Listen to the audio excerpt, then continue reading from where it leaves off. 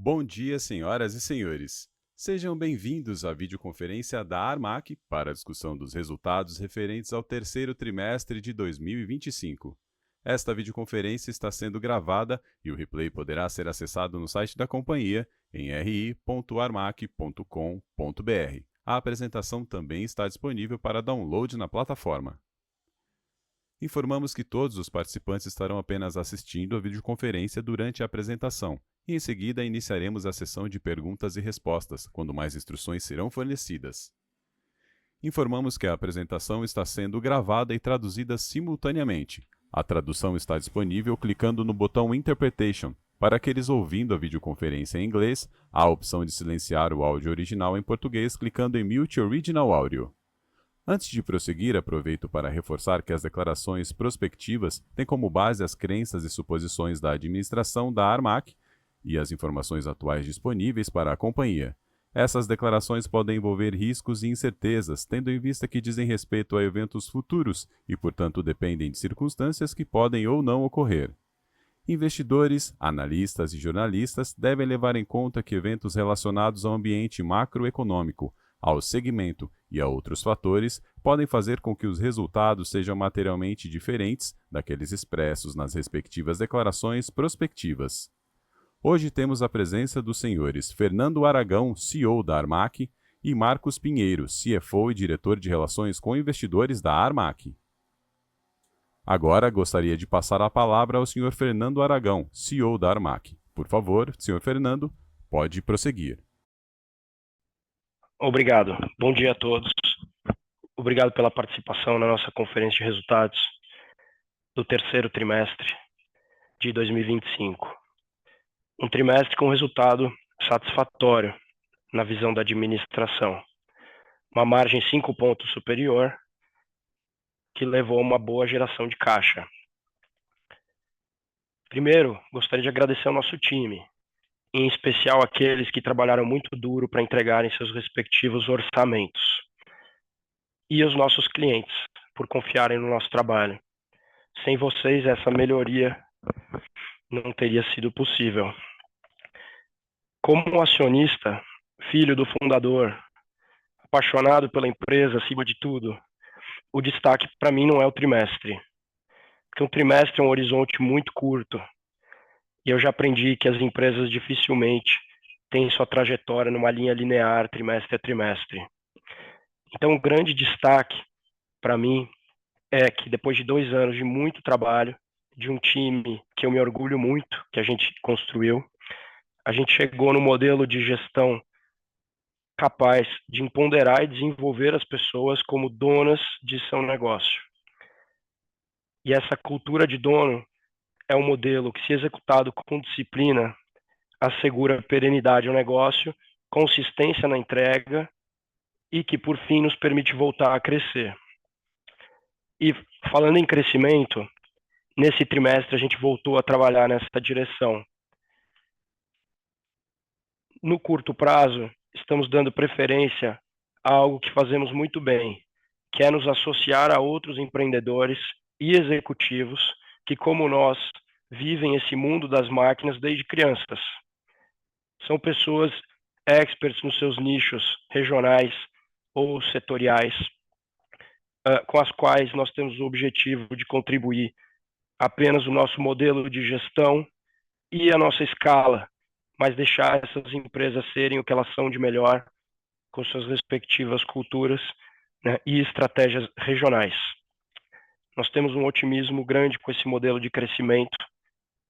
Anunciamos uma transação recentemente com a fornecedora Máquinas, que é líder, tem mais de 75 anos de atuação na região Nordeste, e com certeza muito crescimento nessa região deve vir desse modelo, em que a nossa escala na compra de equipamentos, compra de peças e o nosso modelo de gestão destrava algumas amarras que seguravam o crescimento da fornecedora e dos nossos sócios lá, que são pessoas da melhor qualidade. Então esse é um modelo de crescimento muito interessante que tem muito valor para gerar tanto para os acionistas da Armac quanto para futuros sócios e executivos que nos associarem a gente na construção desse ecossistema de empresas que se beneficia de forma mútua do crescimento da escala. Por fim, eu deixo novamente meus agradecimentos a todas as pessoas que trabalham na Armac, todos os nossos clientes, nossos parceiros de negócio, fornecedores. Né? Sem vocês não haveria o porquê dessa jornada. Então, muito obrigado. Estamos juntos nessa para mais alguns trimestres e anos à frente. Muito obrigado. Eu passo a palavra ao Marcos, que fará a apresentação financeira.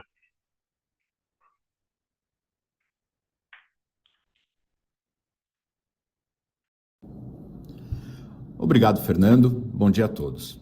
Em primeiro lugar, eu queria agradecer pela participação de vocês em nossa teleconferência de resultados do terceiro trimestre. Esse foi um trimestre muito importante. Ele foi o primeiro trimestre que me parece retratar de forma clara os frutos que passamos a colher dos esforços que temos despendido em consolidar um modelo de gestão que acreditamos muito. Eu vou percorrer ao longo do material os principais destaques operacionais e financeiros, evidenciar alguns avanços e alguns pontos que também ainda exigem disciplina de nossa parte. A gente continua muito convicto de que conseguiremos posicionar a Armac cada vez de uma forma mais consistente num ciclo de criação de valor. Começamos pelos destaques do trimestre. Entregamos receita bruta de R$ 534,9 milhões de reais, um avanço de quase 11% em relação ao segundo trimestre de 2025. A receita bruta de locação foi de 435,6 milhões, um crescimento de 6,4% no mesmo comparativo. O EBITDA de locação alcançou mais de 200 milhões no trimestre e uma margem superior a 50%, uma expansão de 4,9 pontos percentuais em relação ao segundo trimestre de 25. Aqui, um reflexo direto da disciplina comercial e numa alocação mais eficiente dos nossos recursos. E encerramos o período com mais de 86 milhões de vendas de seminovos e margens superiores a 10%. E o fluxo de caixa gerencial operacional superior a 196 milhões de reais. Passando para o próximo slide, vou falar um pouco de frota e de CAPEX.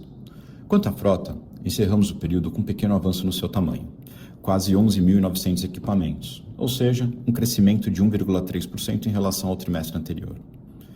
No CAPEX, realizamos algo como 180 milhões de reais de investimentos nesse trimestre, dos quais 34 milhões foram alocados em novos contratos, 37 milhões em CAPEX de sustaining e 96 milhões nos CAPEX de renovação de frota. Quanto a esse último, vale eu fazer algumas qualificações aqui. Primeiro, a renovação tem um papel relevante do ponto de vista competitivo. Ela nos permite melhor adequar o portfólio de equipamentos em categorias nas quais conseguimos comandar os melhores retornos. 2.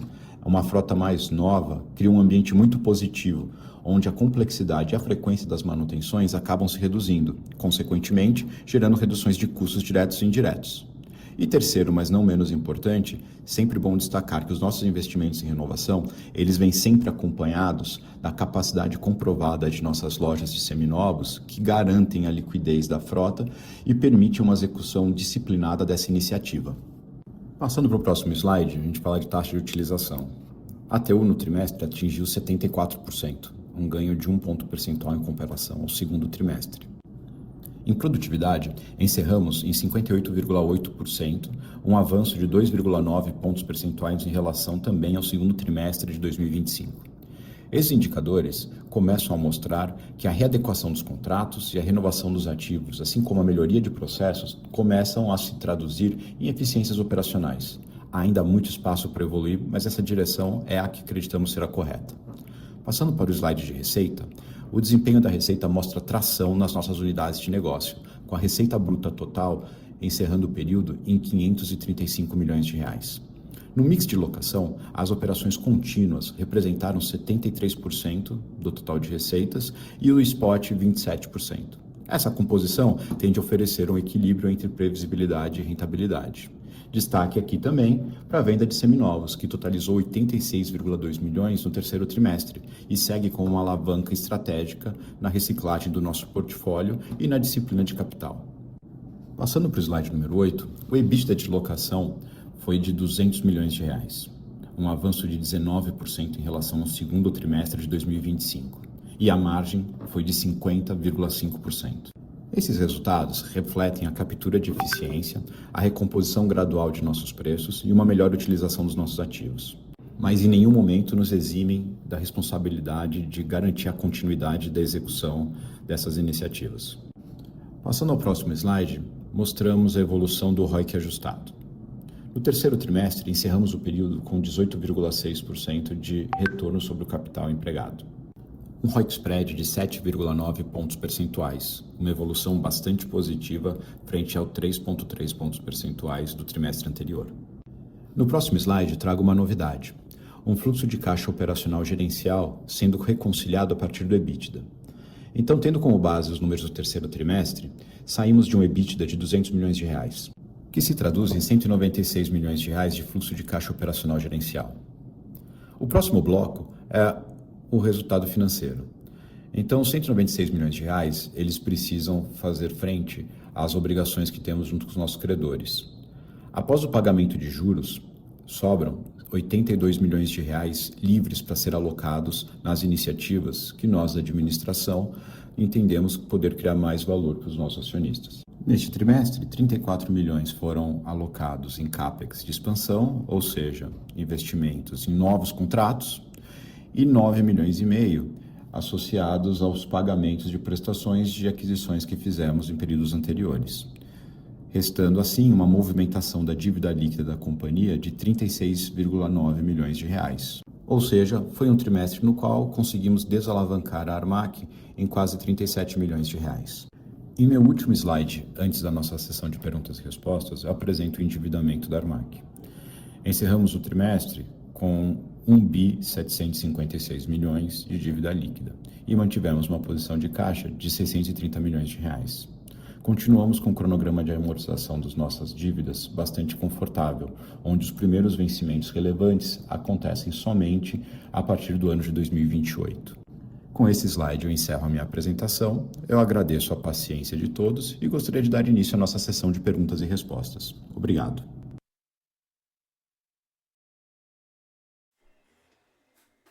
Iniciaremos agora a sessão de perguntas e respostas. Para fazer uma pergunta, por favor, clique em levantar a mão. Se a sua pergunta for respondida, você pode sair da fila clicando em abaixar a mão. Para fazer perguntas por texto, basta enviá-la através do ícone Q&A, informando o nome e empresa. Nossa primeira pergunta vem do Sr. André Ferreira, do Bradesco BBI. Por favor, André, seu microfone está liberado. Pessoal, bom dia. Obrigado pelo espaço aqui e parabéns pelo resultado. Acho que mostrou o resultado ali desse processo de otimização que vocês passaram. Eu tenho duas perguntas aqui. A primeira quando a gente olha a margem EBITDA de rental, né, ficou ali acima até de 50%, que é um nível que a gente não via desde dali metade de 2023, mais ou menos.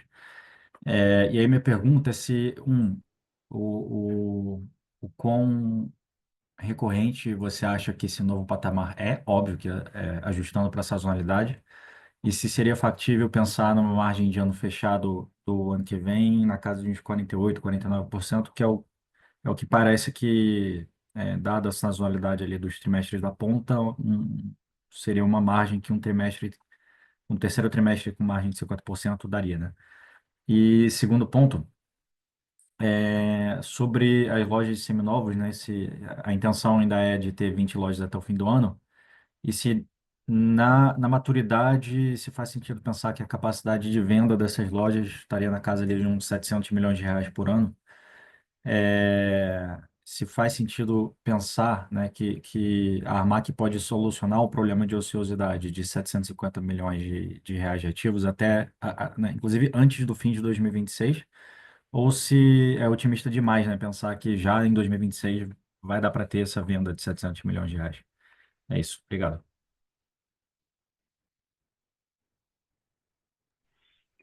André, bom dia, obrigado pelas perguntas. Então, eu vou pegar a sua primeira aqui com relação à margem. Então, o primeiro tema era se isso é recorrente, né? Cara, todos os esforços que nós temos feitos aqui, eles são para que a gente tenha ganhos recorrentes, de fato, na forma com qual a gente administra a companhia. tá? Não existe aqui processo sagrado, não tem nada que não possa ser melhorado. Você trouxe um ponto que é super relevante. A gente está exposto aqui à sazonalidade, a gente está muito consciente desse desafio, mas todo dia de manhã, eu, Fernando e os outros colegas aqui, a gente compra com muito entusiasmo esse objetivo de manter resultados tão bons quanto esse que nós observamos nesse trimestre e provavelmente melhores, tá? Não vai ser fácil, a gente sabe que quarto trimestre, primeiro trimestre, eles têm sazonalidade jogando contra a gente, mas os ganhos que a gente conseguiu e a disciplina de execução dão para a gente bastante confiança. Eu até uso isso para fazer o gancho com o seu segundo ponto, ainda na pergunta de EBITDA, né? Óbvio, a gente não tem aqui a política de dar guidance formal com relação aos nossos resultados para 2026, mas tudo leva a crer que patamares como os que você indicou, de 48, 49 para ano fechado, eles não são um sonho absurdo não, tá? Eles estão muito próximos da nossa realidade. Eu, particularmente, eu confio muito na capacidade de execução aqui do time, são verdadeiros parceiros, sócios todos os dias aqui, e eu acho que a gente não vai decepcionar sobre esse aspecto, tá bom? Vou passar a palavra para o Fernando, que vai falar um pouco sobre os seminovos. Obrigado, André, pela pergunta. Eu enxergo sim que a companhia vai atingir uma capacidade de vendas de 700 milhões de reais por ano. Não precisaria que isso ocorra no ano que vem, 2026. Talvez a gente precise de algum tempo a mais para amadurecer o modelo de negócio, lembrando que é um modelo que a gente está criando. Não existiam lojas similares no Brasil. Então, existe uma curva para posicionamento correto do que a gente tem a trazer para o cliente. Sobre os ativos ociosos, e o mais preciso seria assumir que em 2 anos a gente vai conseguir reciclar todo esse capital, porque não necessariamente o mix de máquinas que está nesses 700 milhões de reais é o mesmo mix que as lojas vendem recorrentemente. Então, eu acredito que a gente consegue reciclar metade desse capital no ano que vem e a outra metade em 2027.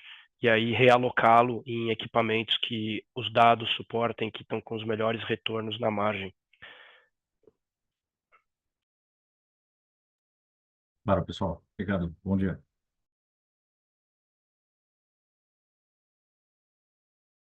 Nossa próxima pergunta vem do Sr. Pedro Tineu, do Itaú BBA. Por favor, Pedro, seu microfone está liberado.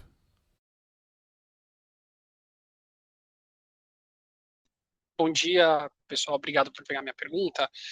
Eu tenho duas aqui do meu lado. Eu queria principalmente abordar aqui a parte de novos contratos. Como que vocês estão pensando em implementação de novo CAPEX aqui no curto e médio prazo?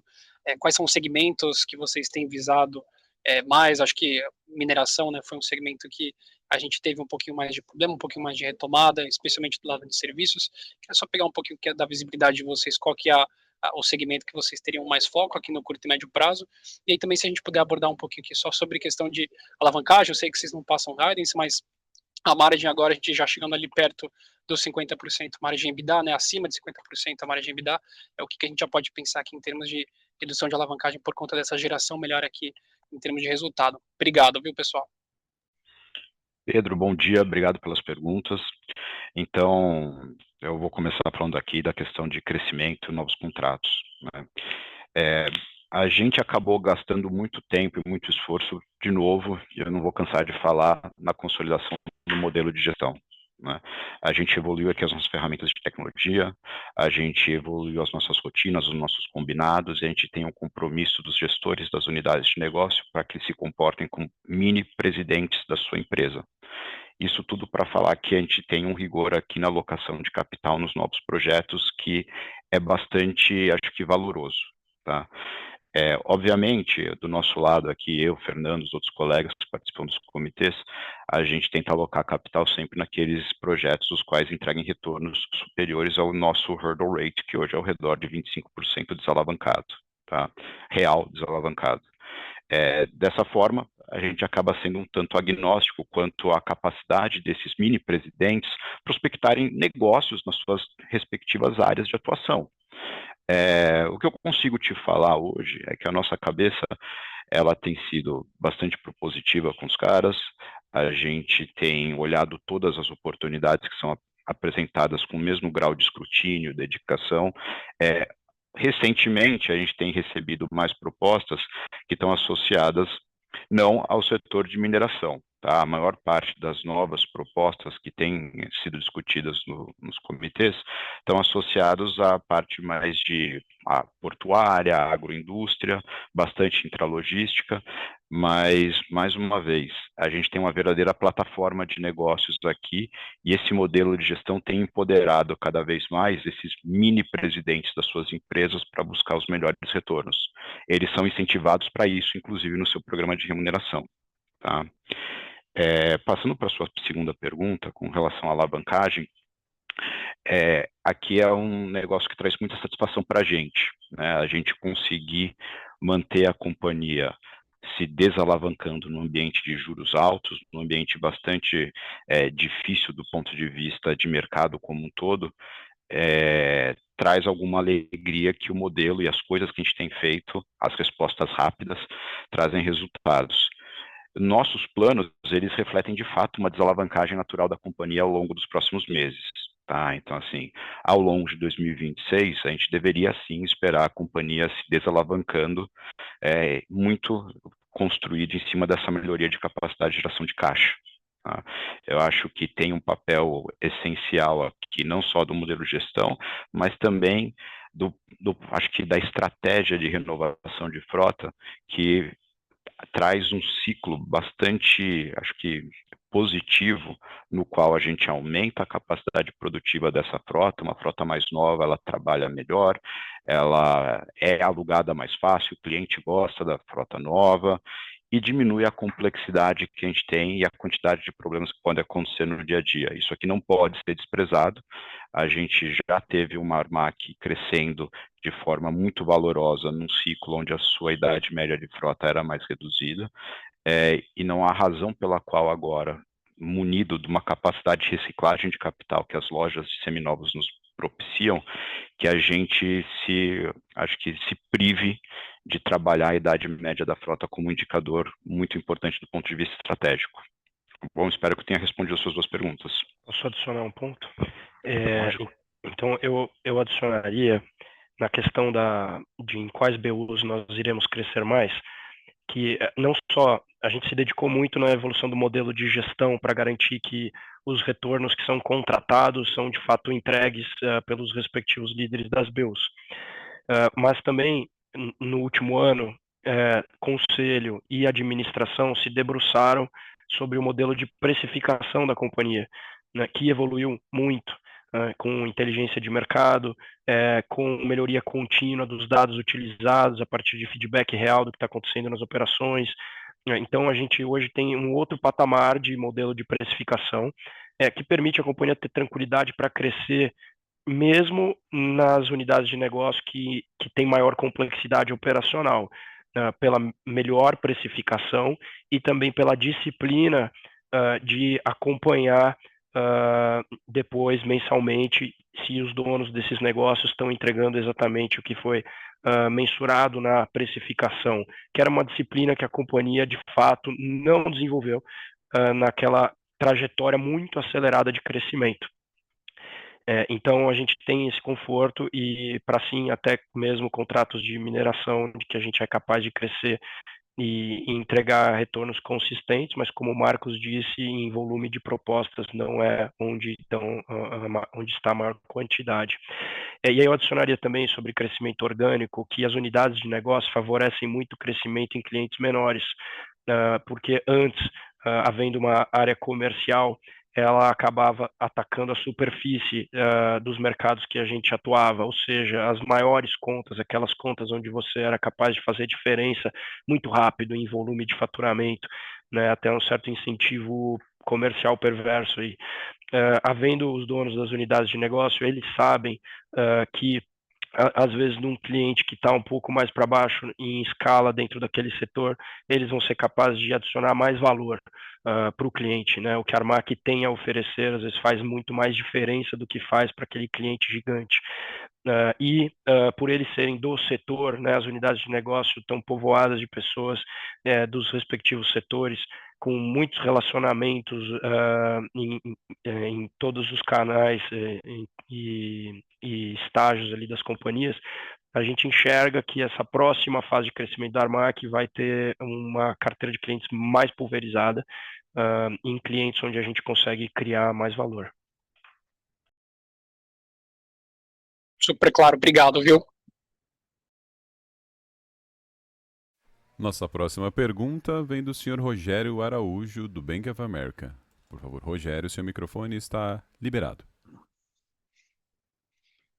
Olá, Fernando, Marcos, bom dia, obrigado aí pela oportunidade. Eu tenho duas aqui. A primeira com relação à opção de compra do Terran, gerou esse ganho de 14 milhões no lucro. Eu queria saber qual linha da DRE se entrou, né, se em custos ou despesas de aluguel, se em resultado financeiro, e se puder explicar um pouquinho os termos, aí eu sigo com a segunda. Obrigado. Ô, Rogério, bom dia, obrigado pela pergunta. A atualização do valor de compra das opções de put e call da Terran, ela aconteceu na DRE, geograficamente no resultado financeiro. Então, quando você abrir a linha de receitas financeiras, você vai ver um impacto bastante relevante desse negócio. Tá? O impacto bruto da atualização dos dois instrumentos acabou sendo de 20 milhões de reais. Quando você tira o impacto dos impostos associados a essa transação efetivamente, você acaba tendo o efeito líquido ali ao redor dos 15 milhões de reais, que é o que está refletido no resultado financeiro, como essa redução do valor dessa obrigação que a gente tem perante a Terran. E a atualização aqui, ela se deu basicamente do ponto de vista de, poxa, vamos colocar os resultados de 2025 dentro do nosso modelo e simplesmente rodar uma atualização agora que conta com outra taxa de juros, outro desempenho operacional, ainda mantendo o mesmo gradiente de execução de uma expansão que tem sido bastante feliz, né? O Fernando lembrou a gente aqui na sua introdução que essa parceria com a turma da Terran tem sido muito positiva para a gente. A gente acabou criando uma relação aqui que se alimenta os dois negócios, né? A gente traz sinergias de escala, modelo de gestão, e a Terran embarca aqui um conhecimento muito específico no segmento de negócio que a gente entende que tem muito valor. Com relação aos termos específicos da operação, esse eu não vou te falar aqui agora, tá? A gente não divulga isso para ninguém, mas esse tipo de processo de atualização dos termos da aquisição, ele acontece periodicamente, então você vai ver isso acontecer novamente nos próximos trimestres, não é todo tri, mas assim, ano que vem você vai ver isso acontecer novamente, tá? Daí você pode ter mais uma pergunta. Sim, ficou bem claro, obrigado. Minha segunda pergunta é com relação àquele CAPEX de manutenção, vem 37 milhões aí no trimestre, isso representa uns 5 pontos do valor da frota bruta anualizada, quase 9% da receita de aluguel, né? Minha pergunta com relação a isso por conta do soft guidance que a companhia passou no call do último TRI, de aproximadamente 3 pontos do valor da frota bruta, né? É uma linha que ainda está bastante volátil, é o terceiro trimestre que a gente tem ela aberta, né? E se conseguirem passar uma estimativa mais atual da expectativa da companhia, o que a gente pode esperar nos próximos TRIs, e só confirmando isso não ajuda, né? A margem de aluguel, ele já vinha não mudou os termos de capitalização daquilo que é feito versus o passado, correto? Obrigado. Perfeito, Rogério. Então, vou responder por partes aqui. Primeiro, não mudou o critério de capitalização do que a gente acaba despendendo em manutenção. Tá? O que aconteceu aqui no trimestre, eu acho que tem dois grandes fatores, e até eu posso te explicitar com um pouco mais de cor, é que a gente acabou tendo que registrar aqui gastos feitos na preparação de uma série de equipamentos que vão ser vendidos. Tá? Então, assim, os equipamentos, eles estão sendo direcionados para as nossas lojas de seminovos, eles têm que ser condicionados numa condição que preserve os seus valores residuais, que permita garantir a liquidez aqui dos nossos ativos. E nesse trimestre em específico, a gente teve algo como entre 5 e 6 milhões simplesmente alocados nessa modalidade de manutenção, tá? Na preparação dos ativos que vão ser vendidos ali. Ademais, eu não acho que caiba qualquer revisão em relação à indicação que a gente havia dado anteriormente.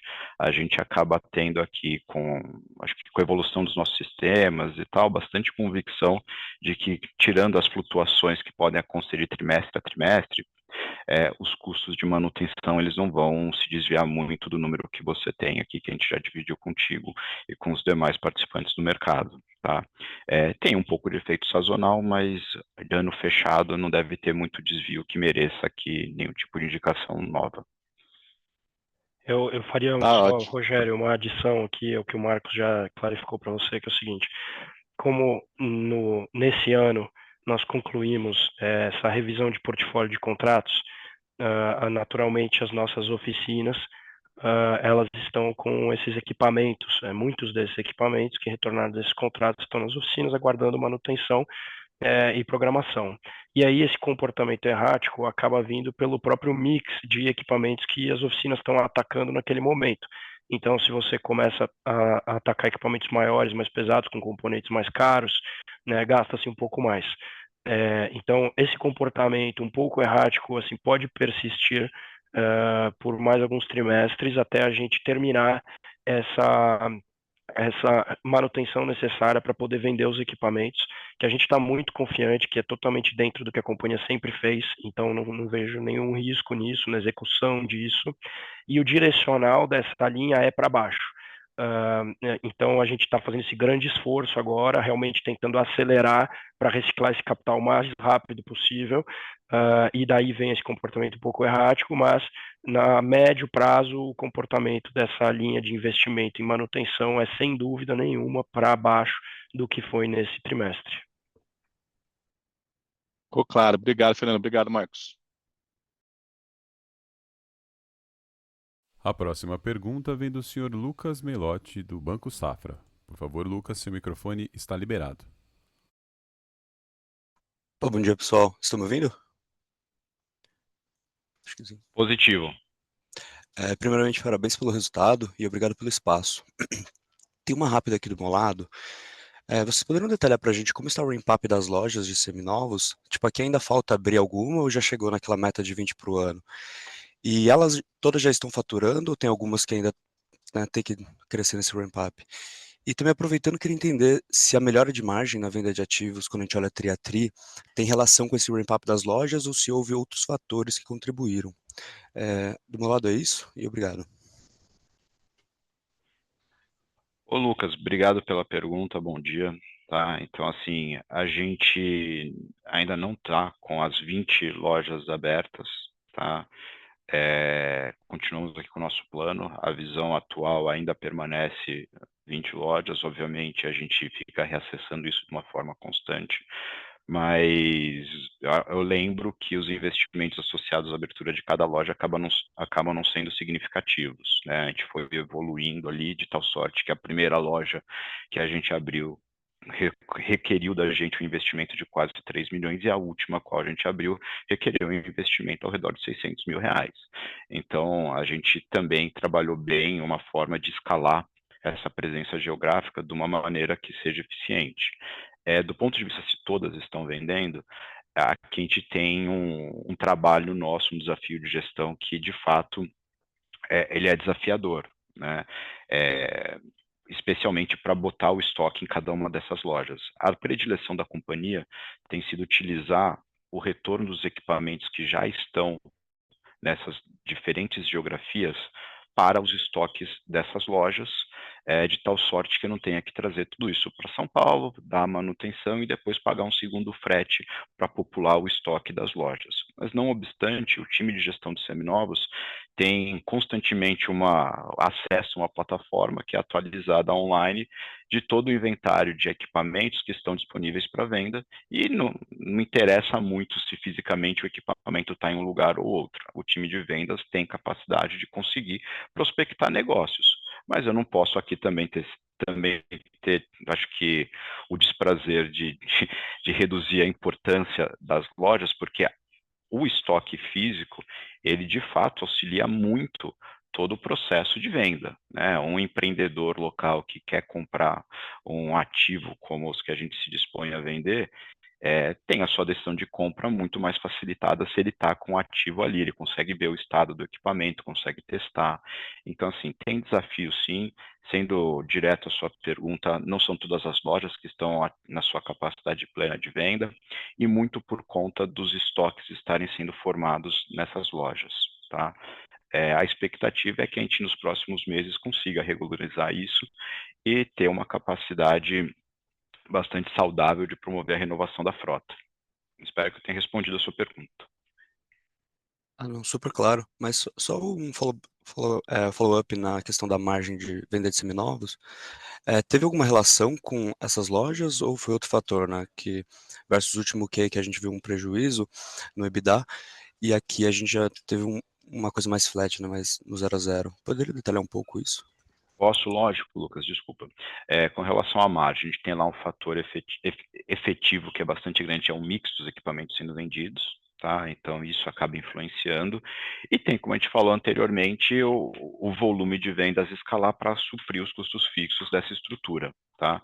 Com relação aos custos fixos, um pouco daquela minha mensagem no início da sessão de perguntas e respostas, eu, Fernando, os líderes aqui, os nossos colegas, somos constantes e inconformados com os custos da empresa, né? Então, assim, onde tem oportunidade, a gente vai atrás. Então, não é porque a nossa estrutura de seminovos tem desempenhado bem, e acho que temos que reconhecer aqui o resultado desse grupo de profissionais, que a gente não tem ali uma obrigação também de sempre estar reduzindo o custo dessa operação, mesmo porque ela precisa escalar, tá? Mas as margens brutas, que foram o principal, acho que fator que contribuiu para a margem de EBITDA de seminovos, elas foram impactadas pelo mix de ativos sendo vendidos. Marcos, se eu puder te complementar num ponto, nós estamos construindo essas lojas e amadurecendo elas e criando esse mercado no Brasil de máquinas seminovas que antes não existia. Então, tem muito desafio de posicionamento, criação mesmo. Então, mas uma tarefa fundamental para nós aqui que estamos pensando a longo prazo em chegar num unit economics replicável, confiável, seguro. Então essa peça da reciclagem do capital faltava para a gente ter esse unit economics replicável, seguro, em que a gente pode apostar as nossas fichas e crescer a longo prazo. Mas no curto prazo eu pediria um pouco de paciência com alguns números que se comportam de maneira um pouco mais errática, né, pelo baixo volume ainda em que as coisas estão acontecendo, né? Então, vender menos de 100 milhões num trimestre é muito pouco ainda, né? As lojas ainda não estão maduras com mix ideal, com mix que será um mix de longo prazo, então ainda tem muito ajuste acontecendo para a gente chegar nessa maturidade, nesse unit economics contínuo, no qual os números vão ficar menos erráticos e estáveis. Então, eu sei que não é o ideal pedir isso aos investidores, mas eu pediria essa paciência, tanto nessa questão da margem nas lojas, quanto nessa questão dos investimentos que são feitos nas máquinas que estão sendo vendidas, porque são números que ainda não estão num estágio que vão se comportar de maneira estável, né? A gente vai chegar lá, né? A gente enxerga que essas lojas é totalmente factível, pensando no tamanho de mercado, que elas não faturem 30 milhões por mês, mas sim 100 milhões por mês, 150 milhões por mês. E quando a gente chegar lá, os números vão ter um comportamento com certeza muito mais suave. Mas a gente ainda não está nessa etapa. Perfeito, super claro. Obrigado. A próxima pergunta vem por escrito do Sr. João Festas, da Ori Capital, e ele diz: qual a idade média dos equipamentos vendidos no trimestre? Houve uma redução substancial de D&A? Quais foram os ajustes? Oi, João, obrigado pela pergunta. Idade média a gente não abre, tá? Acho que isso aqui acaba sendo uma informação bastante estratégica. Então, essa a gente vai ficar te devendo. Com relação à redução de D&A, sim, a gente tem feito aqui a lição de casa, as principais contas que foram objeto de trabalho, acho que talvez a maior em ordem de grandeza seja a folha pessoal, tá? Isso daqui teve muita otimização de processo, readequação do tamanho das estruturas. Isso tudo aqui se reflete em maior competitividade para a companhia. Tá?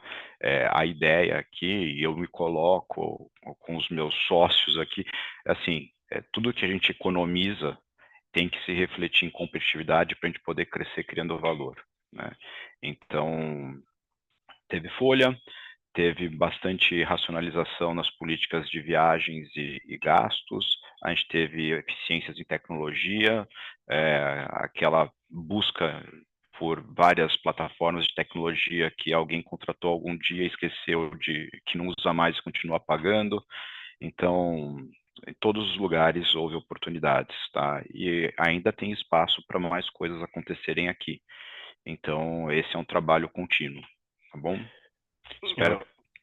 Faria uma adição, que você esqueceu de algo que você é um super protagonista na companhia, que é a adoção de inteligência artificial em muitos dos processos. Isso começou, a gente já viu o impacto dentro desse trimestre, mas assim, ainda tem uma jornada grande para fazer, e o Marcos é o grande protagonista disso aqui dentro e acabou nem falando.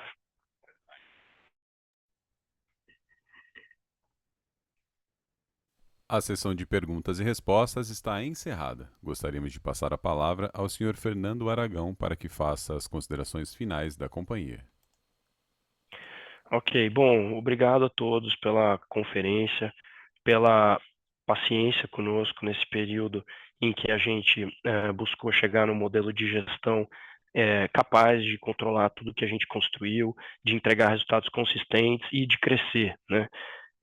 Então, agradeço muito aos que estão conosco por toda essa jornada, né? E a quem está chegando agora, o que eu posso dizer é que a gente acredita muito no que a gente faz. É um mercado imenso, com muita oportunidade, com clientes que podem ser muito melhor atendidos do que são hoje.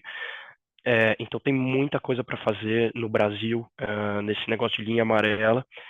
E o que eu posso dizer é que a Armac tem o time mais especialista em linha amarela e experiente e apaixonado por isso, né? A gente só faz isso, a gente só mexe com isso, a gente cresceu mexendo com isso. Então, o time aqui dentro é muito apaixonado pelo que faz, muito comprado nessa missão. São pessoas honestas, trabalhadoras, direitas e que amam isso aqui, as máquinas de linha amarela, como atender melhor o cliente.